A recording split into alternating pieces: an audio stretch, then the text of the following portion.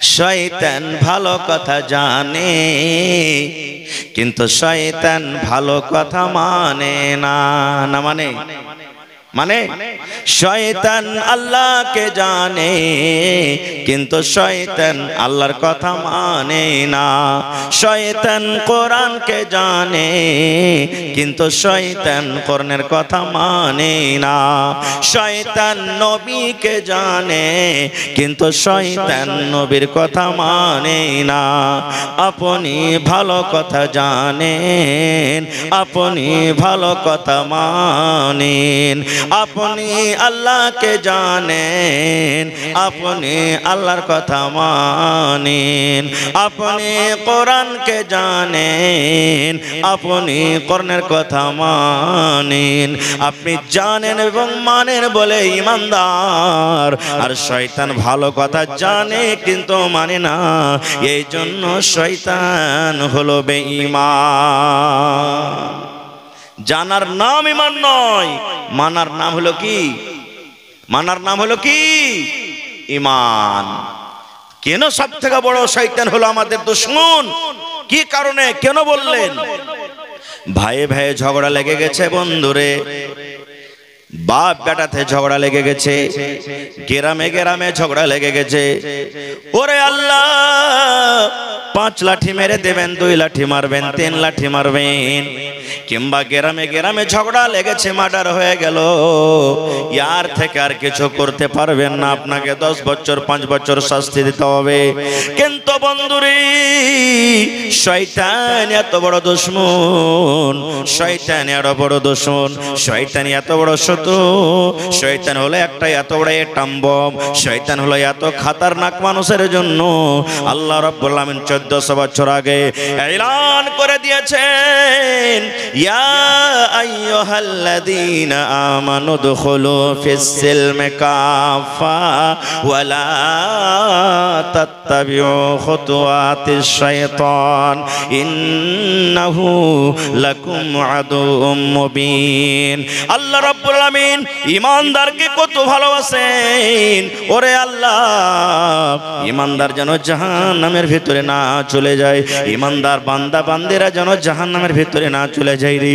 আল্লাহ ঈমানদার বান্দা বান্দীদেরকে এত ভালোবাসেন, আল্লাহ ঈমানদার বান্দা বান্দীদের প্রতি এত মায়া দয়া দেখান। আল্লাহ রাব্বুল আমিন ঈমানদার বান্দা বান্দীকে ডাক দে বলছেন, ও ঈমানদার বান্দা বান্দী রে, ইসলামের ভিতরে ঢুকে যাও, ইসলামের ভিতরে ঢুকে যাও, ইসলামের ভিতরে পরিপূর্ণ হয়ে যাও। তারপরে আল্লাহ বলছেন, বান্দারে, এই আব্দুল্লাহ, আব্দুর রহমান, খালেদা, জায়েদা, হাবিবা, শুন, ইসলামের ভিতরে ঢুকে যাওয়ার পর ওয়ালা তাত্তাবিউ খুতুওয়াতিশ শাইতান, খবরদার রে, যতদিন দুনিয়াতে বাঁচবি শয়তানের ইত্তেবা করিস না, শয়তানের ইত্তেবা করিস না। শয়তান যে কাজ করতে বলবে শয়তানের কথা তোরা মানবি না। তারপরে আল্লাহ বলছেন, কেন মানবি না, কেন মানবি না, শয়তানের কথা কেন শুনবি না? আল্লাহ বলেন, ইন্নাহু লাকুম আদুউম মুবিন, শয়তান হলো সব থেকে তোমাদের বড় প্রকাশ্য দুশমন। নারে তাকবীর, আল্লাহু আকবার। হয়নি, হবে না, হতে পারে না আমার নবীর সাথে কারো তুলনা, হয়নি, হবে না, হতে পারে না আমার নবীর সাথে কারো তুলনা। হায়রে তুলনা তো দূরের কথা, ছায়াও মিলে না। হয়নি, হবে না, হতে পারে না আমার নবীর সাথে কারো তুলনা, হয়নি, হবে না, হতে পারে না আমার নবীর সাথে কারো তুলনা। সকল নবী রাসূল ছিলেন খোদার দিবানা, দু নয়নে দেখব খোদা ছিল তামান্না। সকল নবী রাসূল ছিলেন আল্লাহর দিবানা, দু নয়নে দেখব আল্লাহ ছিল তামান্না। আরে মোর নবীকে ডেকে নিলেন, আরে মোর নবীকে ডেকে নিলেন, দেখবে রব্বানা। হয়নি, হবে না, হতে পারে পারে না আমার নবীর সাথে কারো তুলনা হয়নি হবে না হতে পারে না আমার নবীর সাথে কারো তুলনা হায়রে তুলনা তো দূরের কথা ছায়াও মিলে না হয়নি হবে না হতে পারে না আমার নবীর সাথে কারো তুলনা ইউসুফকে দেখে যারা আঙ্গুল কেটেছে তারা কি আমার নবীর রূপ দেখেছে ইউসুফকে দেখে যারা আঙ্গুল কেটেছে তারা কি আমার নবীর রূপ দেখেছে আরে দেখতো যদি কেটে দিত আরে দেখতো যদি কেটে দিত কলিজা খানা হয়নি হবে না হতে পারে না আমার নবীর সাথে কারো তুলনা হয়নি হবে না হতে পারে না আমার নবীর সাথে কারো তুলনা যার শানে আল্লাহ তাআলা করলেন ঘোষণা খলকে আযম আমার শাহে মদিনা যার শানে আল্লাহ তাআলা করলেন ঘোষণা খলকে আযম আমার শাহে মদিনা মুসলমানে নবী ছাড়া কিছুই মানে না মুমিনে কোরআন ছাড়া কিছুই বোঝে না হয়নি হবে না হতে পারে না আমার নবীর সাথে কারো তুলনা হয়নি হবে না হতে পারে না আমার নবীর সাথে কারো তুলনা হায়রে তুলনা তো দূরের কথা ছায়াও মিলে না হয়নি হবে না হতে পারে না আমার নবীর সাথে কারো তুলনা নারে তাকবীর তাহলে সব থেকে বড় দুশমন কে জোরে বলেন শয়তান কত দূরে দূরে যায় জানেন আচ্ছা এখানে যতটি লোক আছেন আল্লাহর দয়াতে মোটামুটি 5 ভাগ কইরা 4 ভাগ মানুষের বিয়ে হয়ে গেছে আশা করছি নাকি জি ভাই হানা বলেন বিয়ে হয়ে গেছে কিন্তু দাদুরে বিবির কাছে যে আপনি গেলেন শরীয়তে কথা বলছি এই বিবির কাছে যেতে গেলে যে একটা মন্ত্র পড়তে হবে দোয়া পড়িতে হবে এই দোয়াটা কি আমরা পড়েছি ভাই বেয়াদবি মাফ করবেন ভাই ছেলে হিসেবে বলছি যতটি লোক এখানে বসে আছেন যদি ভাই একটা একটা করে বলি ভাই হে কয়টা ছেলে হলো না তো 5টা হলো কয়টা হলো না তো 10টা হলো কয়টা হলো না তো 18টা হলো কয়টা হলো না তো 3টা হলো ভাই বিবির কাছে যে যেতে হবে নবী বলেছেন একটা দোয়া পড়িতে হবে দোয়াটা একটু বলেন তো কে জানি যে বলে সাহেব জানি না এটাই বলবো 50টা লোক বলতে পারবো কোন রকম 1 মিনিট বাকি গেল আমরা বলতে পারবো না 1 মিনিট ভলেন্টিয়ার হাজরাত তোমরা একটা দায়িত্ব নিয়েছো দায়িত্বটা ভালোভাবে পালন করার চেষ্টা করো মহিলা পান্ডালে একটা মানে ভলেন্টিয়ার নাই এবং ছেলে পান্ডালও নাই রাস্তাই নেই সেক্রেটারির তো পক্ষ থেকে এটা আবেদন যে তোমরা যখন কাজের দায়িত্ব নিয়েছো তো দায়িত্বটা ভালোভাবে নিভাও ভলেন্টিয়ার তোমরা নিজ নিজ দায়িত্বকে ভালোভাবে আদায় করার চেষ্টা করো ভাই আমার একবারে শর্টে বলছি বিয়ে হয়ে গেল আপনার বউকে নিয়ে নিজের বাড়িতে চলে গেলেন বাসর ঘর হবে বাসর ঘর তো সবাই বুঝছেন আলহামদুলিল্লাহ কত খুশির রাত এই আল্লাহকে সেদিন বলে আল্লাহ আল্লাহ আজ যদি তুমি 10 ঘন্টা রাতটা না দিয়ে আল্লাহ যদি 20 ঘন্টা রাতটা দিতে একটা কত ভালো হতো কত আরামের রাত হয় আল্লাহর নবী বলেছেন ও আমার উম্মত রে নতুন বউ তোমার ঘরের ভিতরে থাকবে আর তুমি সালাম দিয়ে ঘরের ভিতরে যাবে রে তোমার স্ত্রী তোমার জন্য রেডি হয়ে থাকবে তুমি সালাম দিয়ে ঘরের ভিতরে যাবে এই তোমার স্ত্রীর মাথার উপরে এই কপালের উপরে এই যে চুল রয়েছে 2টা 3টা 4টা 5টা চুল ধরে রে উম্মত তোমাকে একটা এখানে দোয়া পড়িতে হবে বিসমিল্লাহি আল্লাহুম্মা ইন্নী আসআলুকা খাইরাহা ওয়া খাইরা মা জাবালতা আলাইহি ওয়া আউযু বিকা মিন শাররিহা ওয়া শাররি মা জাবালতা আলাইহি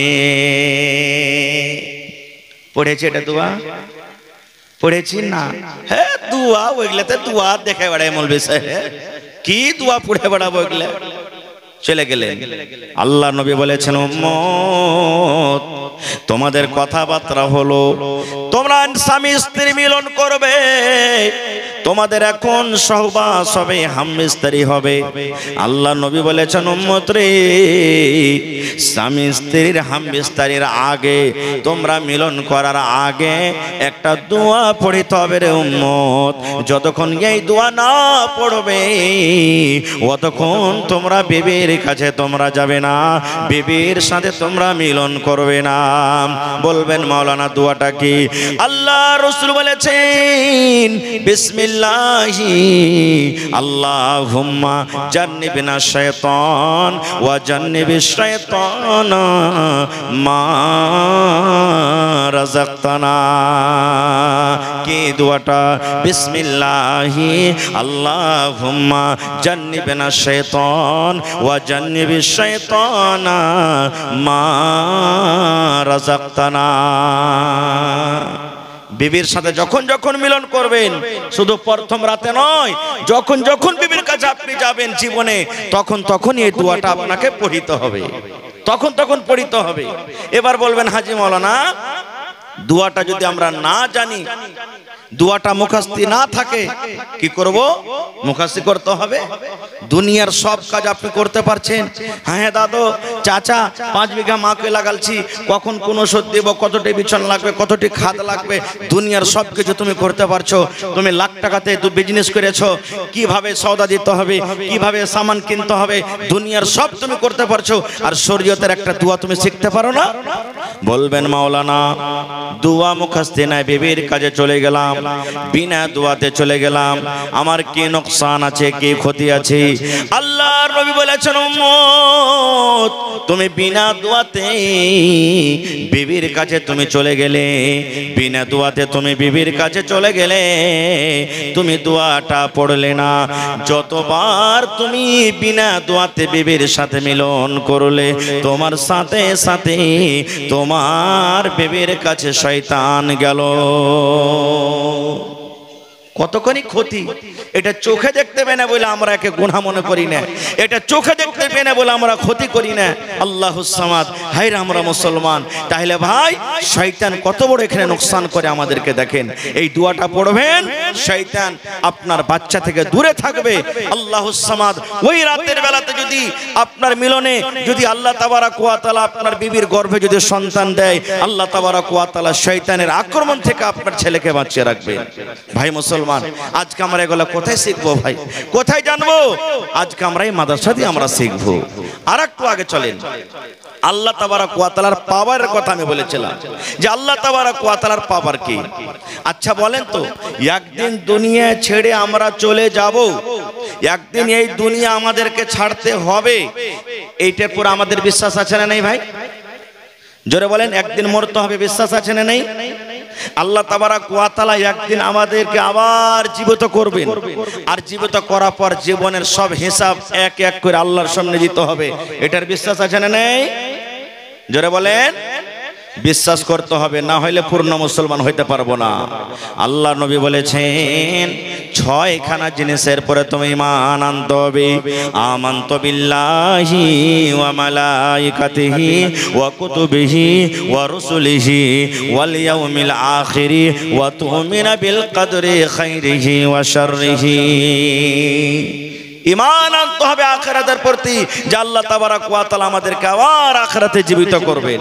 হায়রে হতভাগা মুসলমান, আমরা দুনিয়াতে এমন গাফিল হয়ে আছি, আমরা দুনিয়াতে এমন হতভাগা হয়ে আছি যে কত মানুষ তো এটা কথা বলে, আবে মৌলবীর ঘে বলার আছে বলুক গা, মইরা সইরা পয়সা গইলা কোনটে চলে যাব, আর কি আল্লাহ আমাদেরকে খুঁজে পাবেন?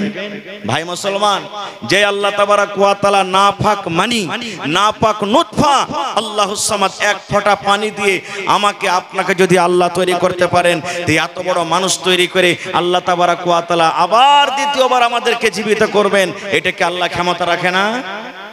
যারা বলেন ক্ষমতা রাখে না। একটা বুখারী শরীফের হাদিস আপনাদের সামনে তুলে ধরছি বুঝার জন্য আল্লাহর ক্ষমতা কি।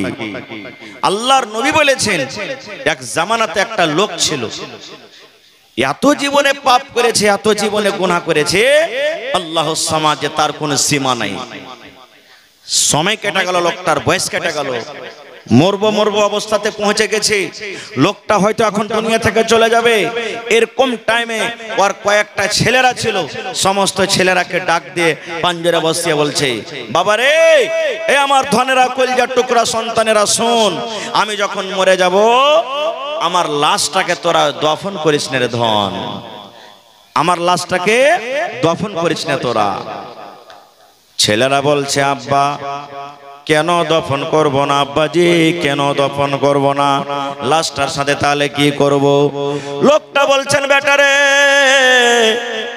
আমার লাশটাকে তোরা খবরদার দফন করবি না রে বেটা, আমার লাশটাকে তোরা দফন করবি না। ছেলেরা বলছে, আব্বা কি করব তাইলে? দয়ার নবী বলেছেন, লোকটা বলেন, বেটারে,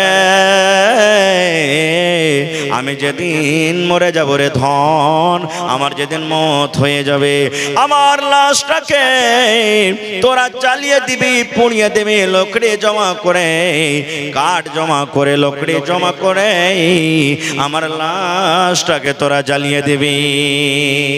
ও আমার কলিজার টুকরা সন্তানেরা, আমার লাশটাকে তোরা আগুন দিয়ে জ্বালিয়ে পুড়িয়ে ছাই করে দিবি, আর এই ছাই পান্তে ভাসিয়ে দিবি, মাটিতে দিয়ে দিবি, বাতাসে ছেড়ে দিবি, এরকম তোরা করবি।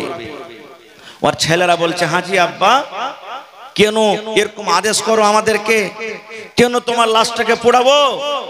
এবার লোকটা বলছেন, ও আমার সন্তানেরা রে, জীবন আমার কেটে গেল, আল্লাহ তাবারাক ওয়া তাআলাকে বলে কোনোদিন ভয় করিনি, আল্লাহ রাব্বুল আলামিনকে বলে আমি স্মরণ করিনি।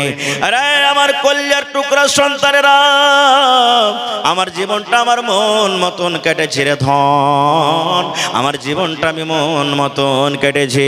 আল্লাহ রাব্বুল আলামিন যেই মতো আমাকে চলতে বলেছেন সেই মতো আমি চলিনি, যে জায়গাতে যেতে বুঝে বলেছেন সেই জায়গাতে আমি যাইনি, যে জায়গা থেকে নিষেধ করেছেন সেই জায়গাতে আমি মানিনি, চলে গেছি, নিজের মন মতন জীবন কেটেছি, আল্লাহকে জীবনে কোনোদিন ভয় করিনি রে ধন, জান্নাতের প্রতি বিশ্বাস রাখিনি, মরার পর পাপী গুনাহগারকে আল্লাহ রাব্বুল আলামিন জাহান্নাম দান করবেন, এই জাহান্নাম বলে আমার কোনোদিন ডর হয়নি, আমার জাহান্নাম বলে কোনোদিন ভয় হয়নি।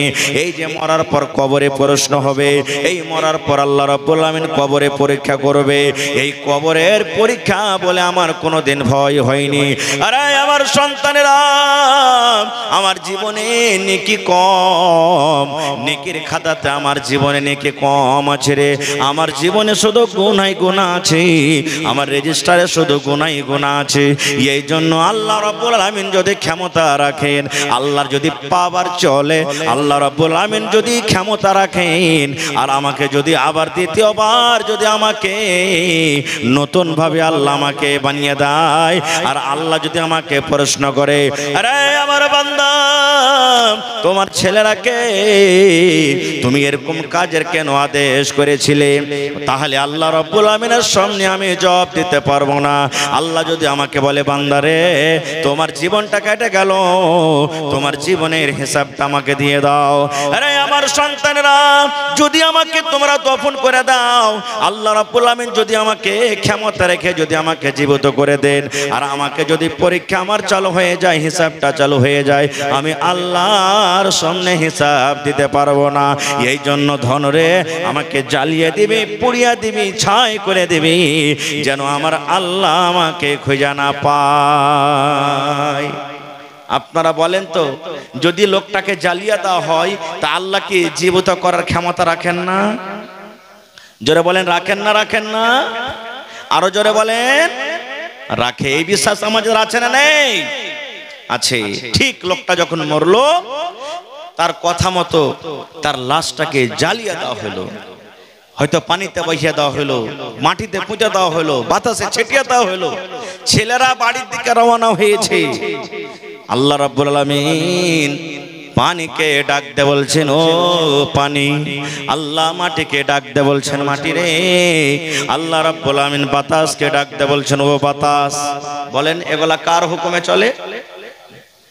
এগুলা কার আদেশে চলে? আল্লাহ তাবারাক ওয়া তাআলার আদেশে চলে। তারা আল্লাহর কথা শুনতে পায় না? আল্লাহ তাবারাক ওয়া তাআলার কথা তারা মানে কি মানে না? জোরে বলেন। একটু জোরে বলেন ভাই, তারা মানে কি মানে না? মানে আল্লাহুস সামাদ। আপনারা শুনেছেন, জানছেন যে আগুন পর্যন্ত আল্লাহর কথা মেনেছেন, মানেনি? কোন নবীকে ওর কওমের আগুনে ফেলেছিল? জোরে বলেন। ইব্রাহিম নবীকে আগুনে ফেললেন আল্লাহুস সামাদ। ফেরেশতারা চলে এলেন, হে ইব্রাহিম, একটু আপনি আদেশ করেন, আগুনকে নিভিয়ে দিব। কিন্তু ইব্রাহিম নবী কি বলেছিলেন? রে আল্লাহর ফেরেশতারা, তোমাদের সাহায্যের দরকার নাই, কারণ আমার আল্লাহ তাবারাক ওয়া তাআলা আমাকে সাহায্য করবেন। আমার আল্লাহ ডাইরেক্ট আমাকে দেখছেন, না দেখে না? জোরে বলেন, দেখছে না দেখে না? দেখছেন। আগুনে ফেলে দিলেন। আল্লাহ রাব্বুল আলামিন আগুনকে ডাক দিয়ে বলছেন, ইয়া নারু কুনি বারদান ওয়া সালামান আলা ইব্রাহিম। আল্লাহ রাব্বুল আলামিন আগুনকে ডাক দিয়ে বললেন, এই আগুন, তুমি ঠান্ডা হয়ে যাও। আগুন রে, তুমি ঠান্ডা হয়ে যাও। কেমন ঠান্ডা হয়ে যাও? সালামান, সালামাতের সাথে। ওরে সুবহানাল্লাহ, কেমন সালামাত! আল্লাহ বলছেন, আগুন, তুমি এমন ঠান্ডা হয়ে যাও না যেন আমার এই ইব্রাহিম, আমার বন্ধু, আমার দোস্ত, তোমার ঠান্ডার কারণে যেন কষ্ট না পায়। এই আগুন, তুমি ঠান্ডা হয়ে যাও, ঠান্ডা হয়ে যাও। আমার ইব্রাহিম পোড়া দূরের কথা, আমার ইব্রাহিমের শরীরের রুয়া পর্যন্ত না জ্বলে। বলেন, ইব্রাহিম নবী কি জ্বলেছিলেন আগুনে? জোরে বলেন, জ্বলেছিলেন কি? তাহলে আগুন কার কথা মানলেন? জোরে বলেন, কার কথা মানলেন? আল্লাহ তাবারাক ওয়া তাআলার কথা মানলেন। আরে আগুন তো আগুন। ওরে আল্লাহ, একটা বুখারী শরীফের আরো মজার ঘটনা আপনাদেরকে শোনাই। আমার শাইখে মুহতারাম চলে এসেছেন, আল্লাহুস সামাদ।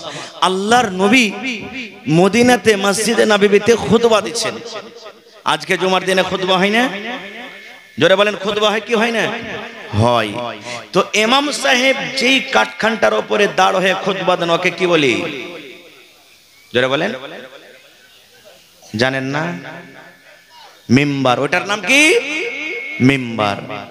আল্লাহর নবী প্রথম শুরুতে খাজরের একটা জড়, খাজরের একটা গোড়ার উপরে দাঁড় হয়ে মিম্বার দিতেন। একজন মহিলা এসে বলছেন, ইয়া রাসূলুল্লাহ, আমার একটা ফার্নিচার মিস্ত্রি আছে। ফার্নিচার মিস্ত্রি কাঠের মিস্ত্রিকে বলে।